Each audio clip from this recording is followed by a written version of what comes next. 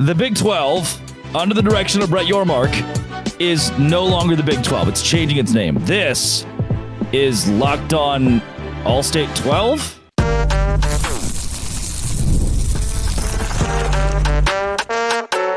You are Locked On Big 12, your daily podcast on the Big 12 Conference. Part of the Locked On Podcast Network, your team every day. Happy Friday, everybody. Welcome to a Locked On Big 12, Locked On College Football crossover. I'm Drake Toll from America's #1 Big 12 podcast, Locked On Big 12. That is Spencer McLaughlin from Locked On College Football. Thank you for making our shows your first listen every single day. Off the riff, the Brett McMurphy report, Ross Dellinger right there behind him, about Brett Yormark wanting to change the name of the Big 12 and effectively sell the league's naming rights and become the Allstate 12 or I would love like the Southwest Airlines Southwest Conference would rock. Spencer, I'm going to come off the riff here and say, as the Locked On Big 12 host, this is going to happen. This isn't like, Brett Yormark's going to put it to a vote amongst presidents. If Allstate comes to the table and says, we'll give you $250 million for a 5-year naming rights, 10-year naming rights, the Big 12 is in a financial spot where they have to do it. And I don't think Brett Yormark alludes to this if it's just a thought in the back of his head. Well, I think he could. I just think that it is highly unlikely. I would put it at well over a 50% probability if I'm going off of my gut instinct for two reasons.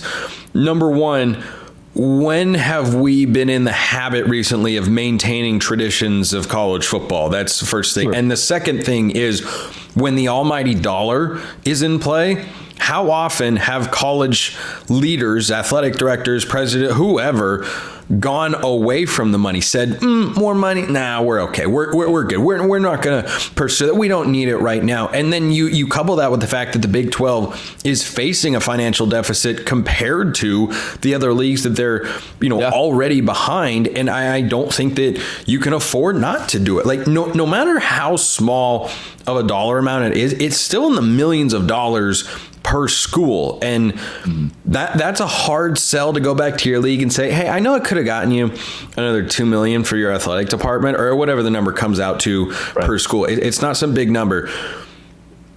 What reasoning would he be able to give them to say, yeah, I said no.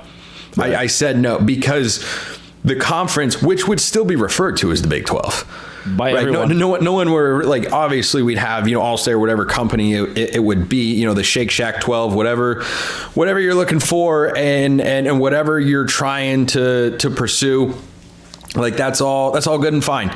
But, how can he go to those presidents and say, I had an opportunity to get you even a little bit more money, but I said no.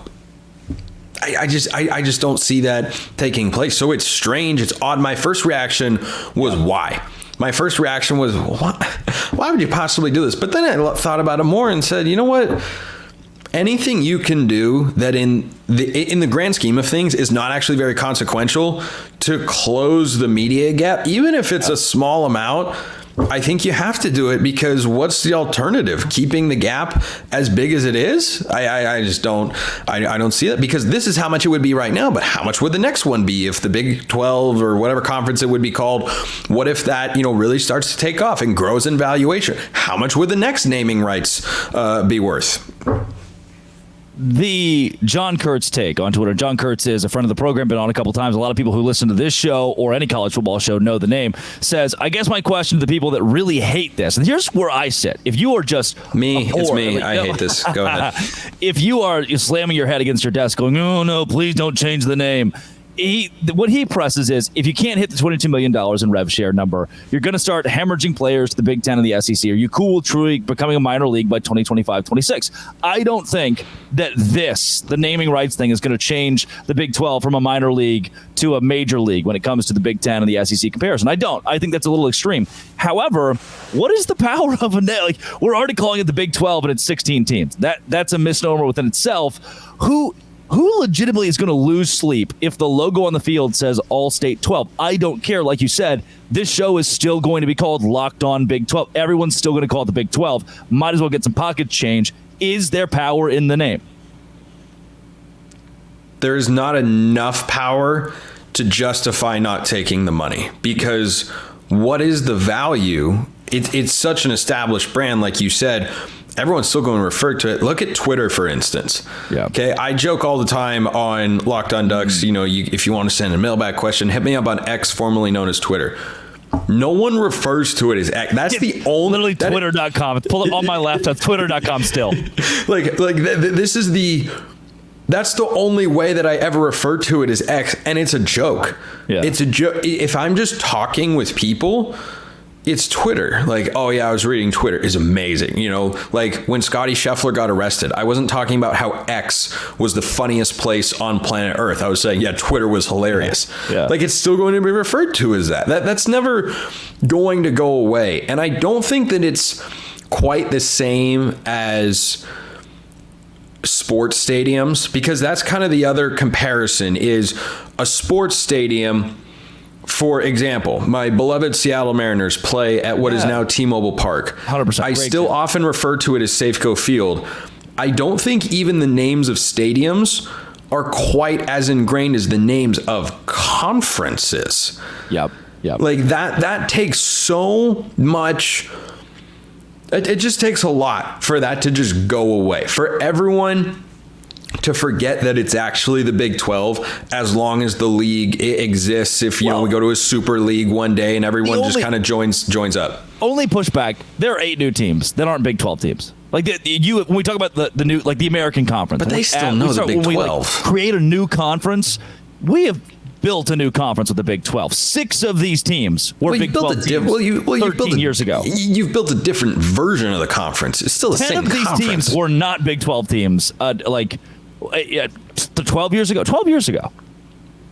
But think about how long everyone has known it as the Big 12, even those who haven't been Big 12 teams, right? Southwest Conference. You make the same Southwest Utah's new to the Big 12, but see, even then, I think it's different going from the Southwest Conference to the Big 8 to the Big 12. Was it Big 8 and then Big 12? Do I have my history right there? Big 8 kind of merged. That's yeah. So I think even that is different because there's the corporate element. Because when you have a corporate component and it's just, an advertising money, that's different than going from the Southwest Conference to the Big 12, or going from, for instance, the Pac-8 to the Pac-10 to the Pac-12. That even is different because there isn't a financial component built into the words that you're saying. Even though there's obviously a financial component behind expanding your league, there is just a different feel to it. To me, it comes off differently. So Pacific 12 versus Duke's Mayo, 16. Yes, right? These changes are not the same because there were those that remembered the Pac-8 or that remember the Big 8, for instance. But do those people still refer to it as the Big 8? How many people, until its dying days, referred to it as the Pac-10? Yep. Not very many. But there wasn't a corporate component to it. And that, I think, is the difference. I think the Twitter comparison is more one-to-one in that, can you name a single person, anyone listening to or watching this show right now, do you know a single person that you interact with in your life who calls it X and not Twitter? Because I don't. I do not know one human being who would say, yeah, no, I sent out a post on X recently. No, I tweeted. That's it. I also don't know a single person who doesn't use eBay Motors in my life. This is Locked On Big 12, Locked On College Football Crossover, part of the Locked On Podcast Network, your team every day.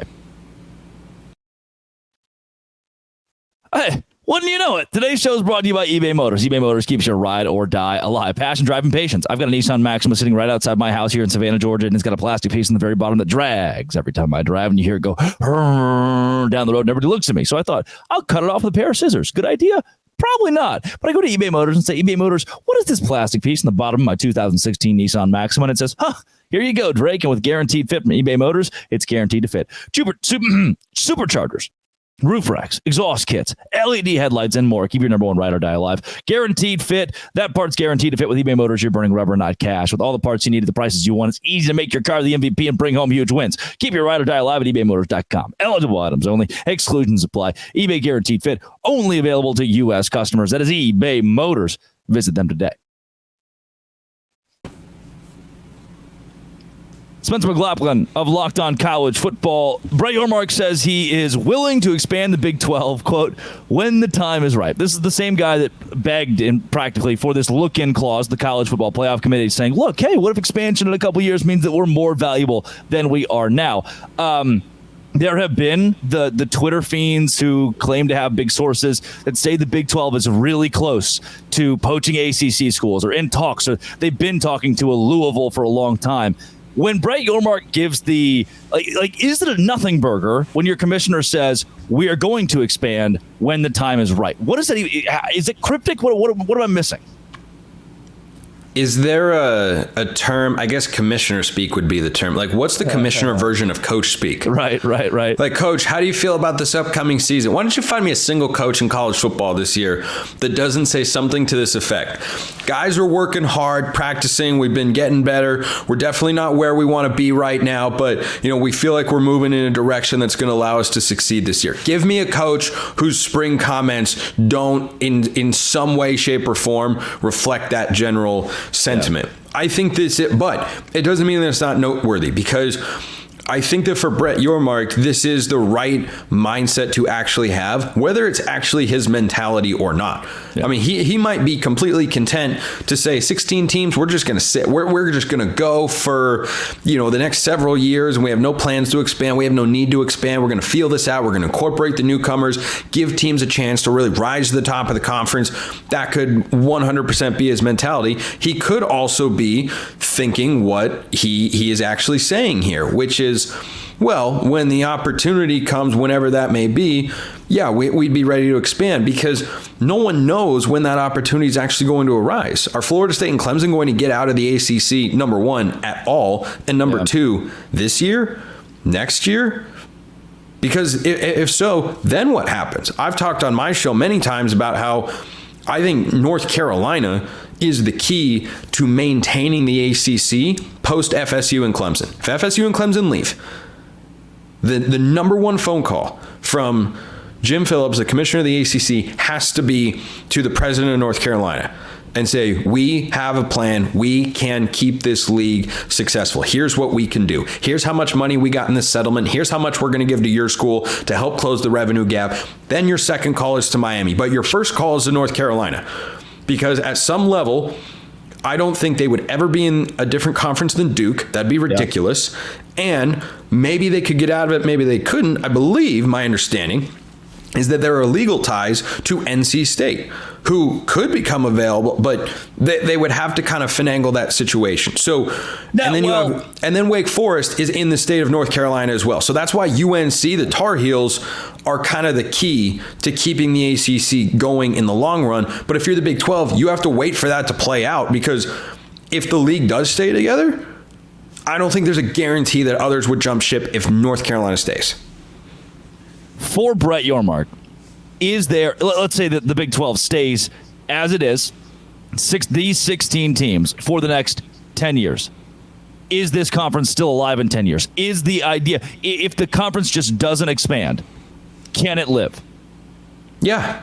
No, I think it can. Can it be the best it can possibly be? That depends on how certain schools are able to perform. But if you keep the four leagues, right? If you are able to maintain the ACC without FSU and Clemson, let's say they go to the Big Ten, just as a hypothetical, which is entirely possible. Let's say they go to the Big Ten, and the Big Ten and SEC widen their stranglehold on college athletics and just put themselves in an even more powerful position to run roughshod over everybody there. Then what you would then have is a battle for who's going to be the third conference. And if you're the Big 12, how could you not feel good about where you stand compared to the ACC without FSU and Clemson, which has got plenty of good teams and programs, to be sure, but you have to feel great about where you're at if you're the Big 12. And you wouldn't need to expand as long as the ACC doesn't expand. And who's the ACC going to add? Like South Florida, that's not changing the calculus. That's not closing the gap on the Big 12 in football. As long as you keep Louisville and Pitt, who you and I have talked about before, would probably be the top two options for the Big 12 to go and get. And then, if everyone were available, NC State, Virginia Tech would be near the top of the wish list. If you keep everybody else, then yeah, how does the Big 12 not survive? Like what school or what group of schools, frankly, would be so desirable by the Big 10 of the SEC that they'd get poached out of the Big 12? I don't think that those schools are there right now. You're telling me Utah's not going to the Big 10 tomorrow? I mean, they do have the exit clause, as you well know. Especially, we got a lot of Utah fans listening right now that were really excited to don the Big 12, Big 10. Well, I mean, I wouldn't be shocked if they left one day. I don't anticipate it happening, though. Yeah. Because realignment moves, like they would be paired with, Notre Dame? Because realignment moves happen in, for the large part, at the least, even numbers. They tend to have, like, one-offs. Notre Dame's the only one-off that you would really add.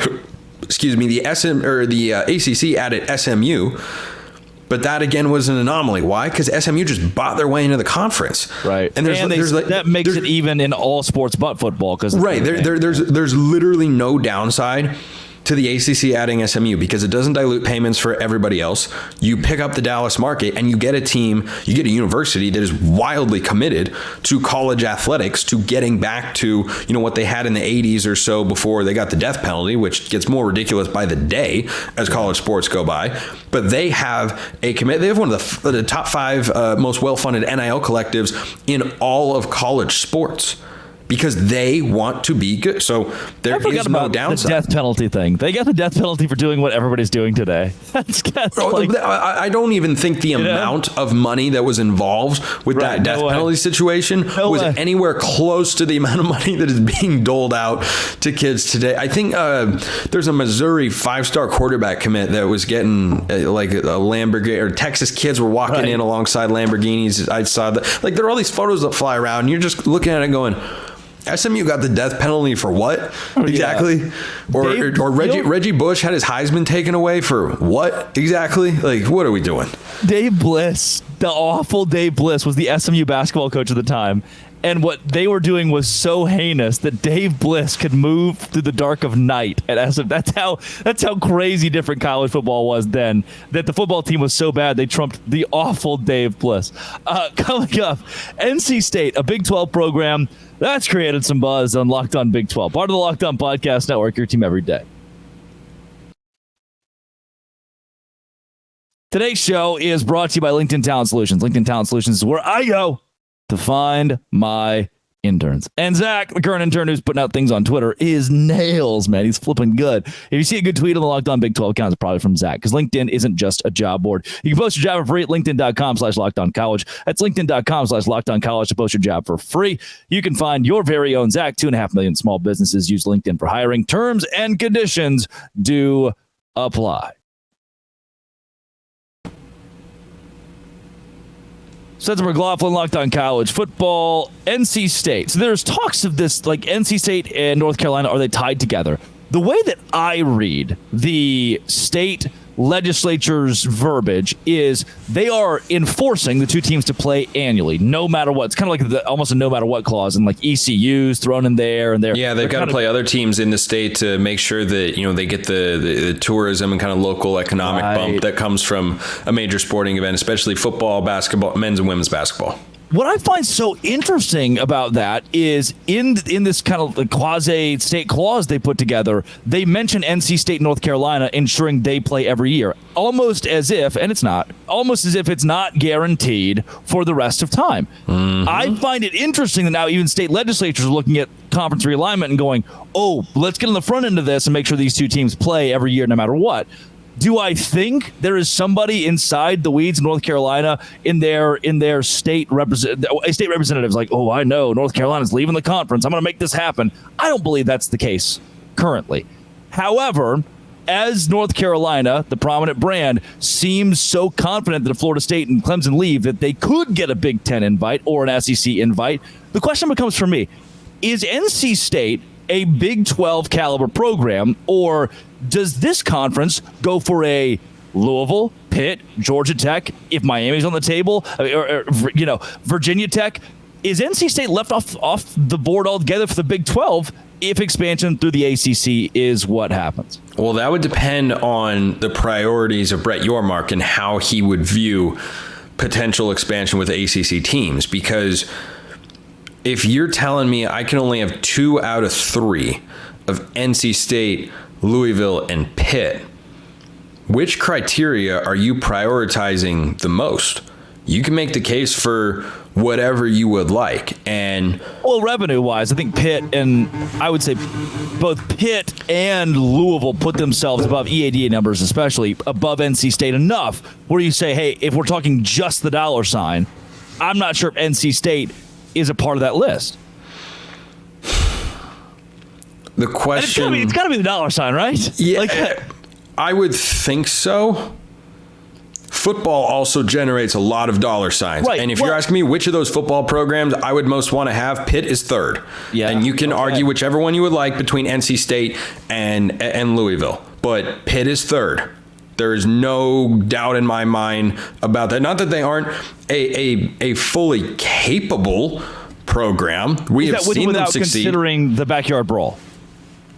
And again, that's where priorities come into play. Because is it that important? Is it that valuable? Is Pitt, West Virginia, which is certainly one of the most underrated rivalries in all of college football that everyone should be aware of. It is utterly fantastic. You have just pure unbridled disdain between those fan bases, which is exactly the way it should be to form a great rivalry in college sports.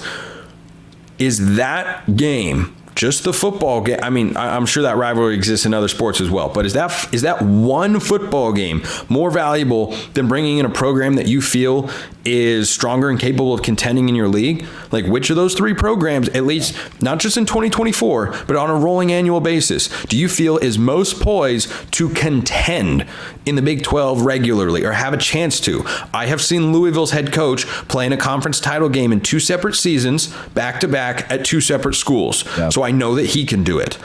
I have watched NC State come on the precipice year after year of winning 10 games. They haven't done it yet. They could absolutely do it this year, but they have established one of the highest floors for a football program in the ACC outside of the big boys, Florida State and Clemson. Even FSU has bottomed out in a way that NC State just really hasn't on a consistent basis. So I think those considerations all come into play.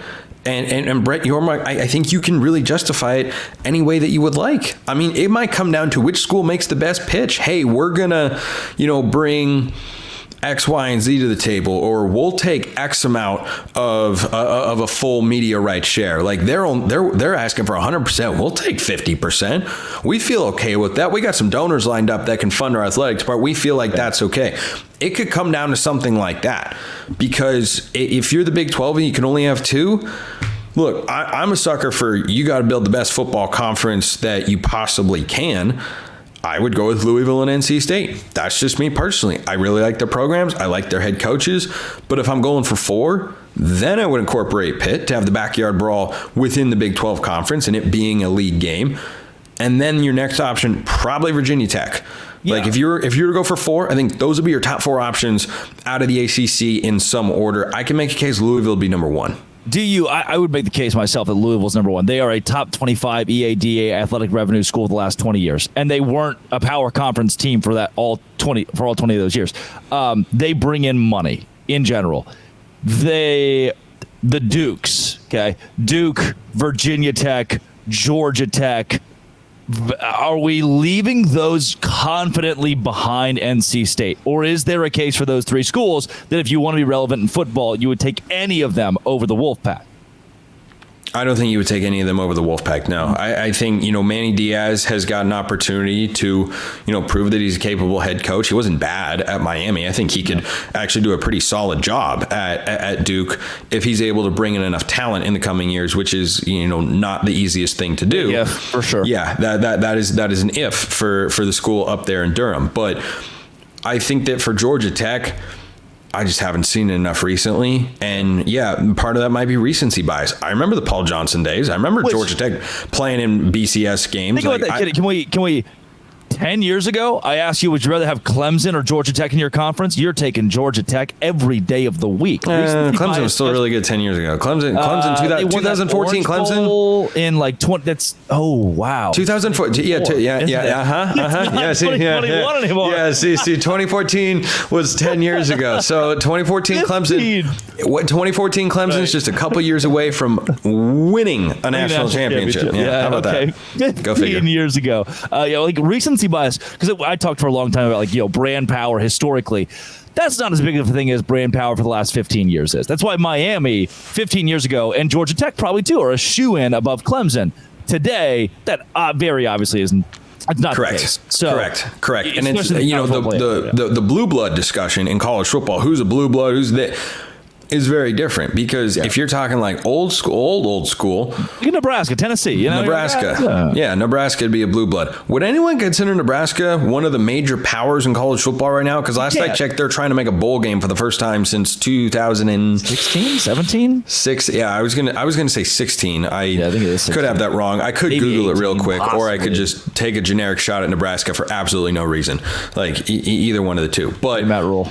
Yeah, I think Nebraska's a good team this year. They'll make a bowl game this year. Nebraska will, at the very least, make a bowl game this year. Book that down, and Dylan Raiola will be one of the 5 best quarterbacks in the Big Ten, which is not exactly a high bar, especially compared to the Big 12 conference, by the way, which is, by my account, probably the deepest conference of quarterbacks in the country. The SEC might have more guys at the high end that are like NFL potential, but also if you go, I think the Big 12 goes like 8 deep at quarterbacks. I don't think the SEC goes 8 deep. They've got too many unproven freshmen like Nico Iamaleava, or first-year starters like Nico Iamaleava and Jackson Arnold at Oklahoma, for instance, amongst others. Garrett Nussmeier at LSU, or Brock Vandegrift at Kentucky. You're like, I don't really know what those guys are. I have a bunch of guys in the Big 12. I have a bunch of guys in the Big 12 that I know what they are. In the end, NC State would be a great addition to the Big 12. I see what you're saying. I think you're hit the nail on the head. Yeah, no, I think it'd be a home run addition there. Like if I had my choice to pick 2 of 3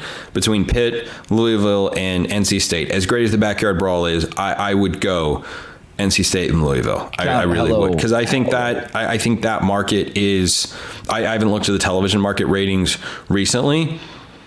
I just think that NC State's a really solid play. Plus, athletically, NC State is red hot right now. Men's Final Four, women's Final Four, football team, ACC title aspirations, and their baseball team just went to the College World Series. Baseball World Series, yep. Unreal. Spencer, where can listeners of Locked On Big 12 who seem to like you now find more of your work? Well, I wonder why that is.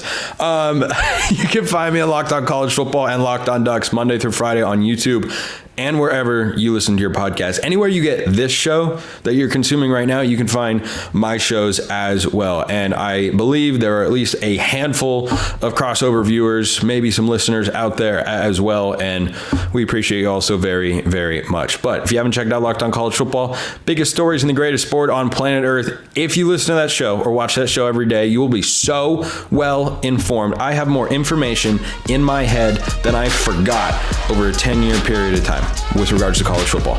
I'll see you guys on Monday. This has been and always will be Locked On. Thanks for making it your first listen every single day. Dose Grande.